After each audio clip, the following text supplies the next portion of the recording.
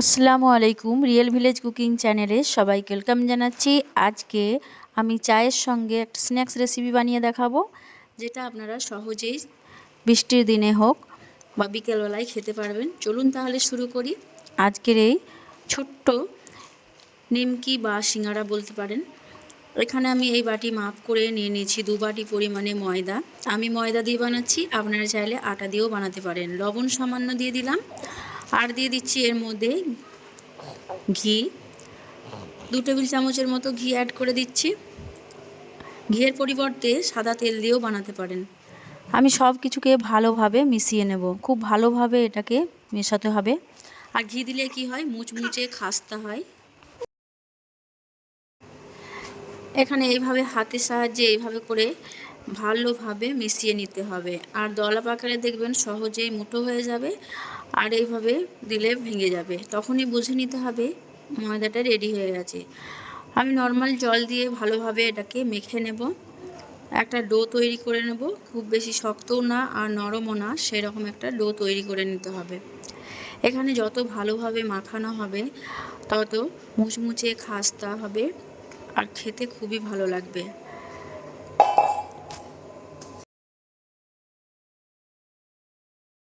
আমি হাত দিয়ে ভালো করে মথে নিয়েছি। এটা মাখানো হয়ে গেছে। এবার আমি লেচি কেটে নেব। আমি 4টে লেচি কেটে নেব আর হাতে তালুর মধ্যে দিয়ে এইভাবে করে গোল করে নিচ্ছি। এভাবে গোল করে নেব প্রতিটা, ঠিক একইভাবে।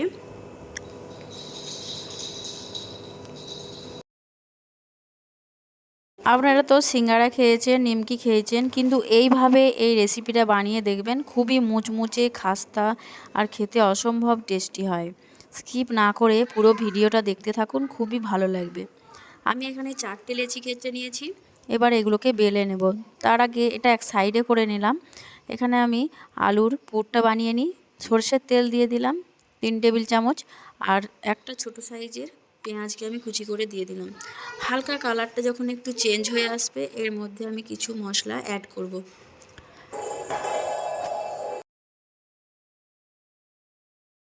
গ্যাসের ফ্লেমটা আমি এখানে মিডিয়ামে রেখেছি। আর আলু আমি একটা বড় সাইজের আলুকে ম্যাশ করে রেখেছিলাম, দিয়ে দিলাম। আর লবণ দিয়ে দিচ্ছি, হলুদ 1 চামচ দিয়ে দিলাম, লাল লঙ্কা গুঁড়ো 1/2 চামচ পরিমাণ। এখানে আপনারা কাঁচা লঙ্কাও অ্যাড করতে পারেন।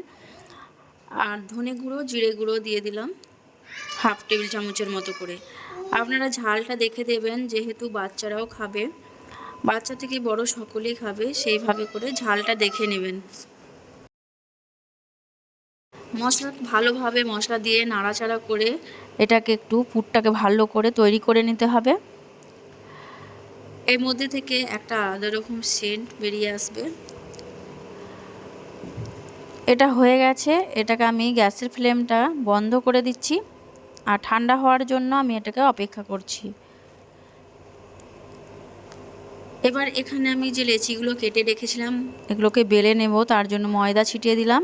একটা আমি রুটির মতো করে বড় করে পাতলা করে বেলে নিতে হবে, যেন খুবই পাতলা হয় সেই মতো করে বেলে নিতে হবে।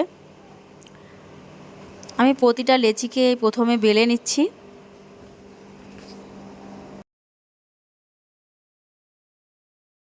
এখানে সব কটা আমি পাতলা করে বেলে নিয়েছি। এবার প্রথমে একটা আমি রুটি নিয়েছি, আর এর মধ্যে দিয়ে দিচ্ছি ঘি বা অয়েল দিয়ে দেবেন। এইভাবে চারিদিকে ভালো করে লাগিয়ে নিতে হবে। আর একটু ময়দা ছিটিয়ে দেবো ওপর থেকে। একটু ময়দা ছিটিয়ে ভালো করে আবারও চারিদিকে লাগিয়ে নিচ্ছি এইভাবে করে। আবার একটা রুটি এর ওপরে আমি দিয়ে দেবো। সমান করে ভালোভাবে চারিদিকটা একটু টেনে টেনে দিয়ে দিচ্ছি। এইভাবে করে একটু সমান করে দিতে হবে, চারিদিকটায় ভালোভাবে টেনে টেনে।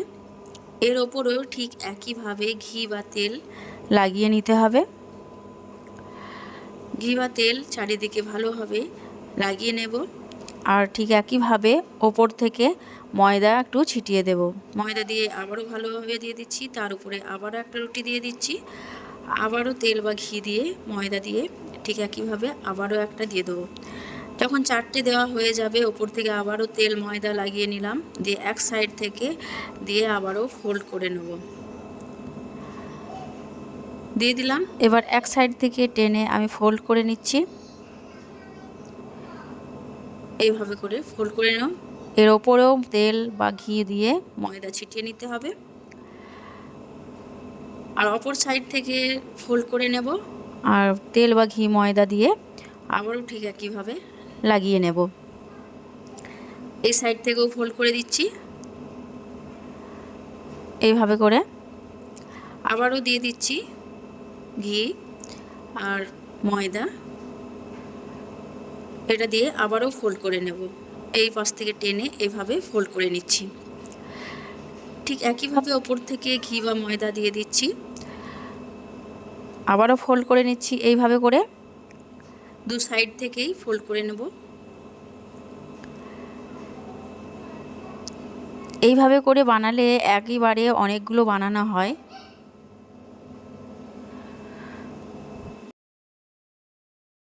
এই পর্যায়ে বানিয়ে 7 মিনিটের মতো 5 থেকে 7 মিনিটের মতো রেস্টে রেখে দিতে হবে।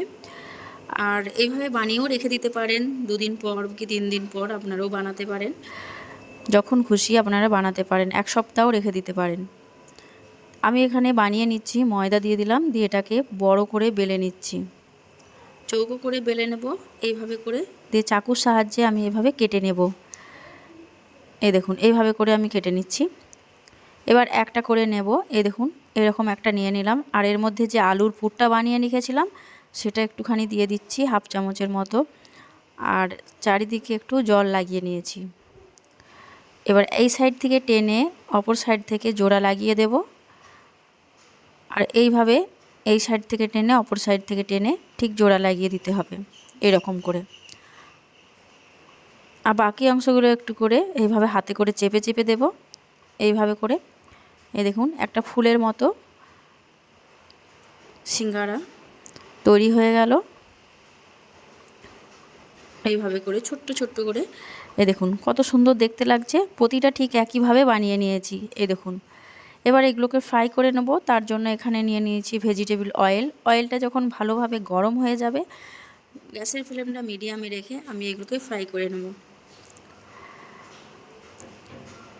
একবারই হাই ফ্লেমে দেবেন না, মিডিয়াম ফ্লেমে রেখে এগুলোকে ফ্রাই করতে হবে।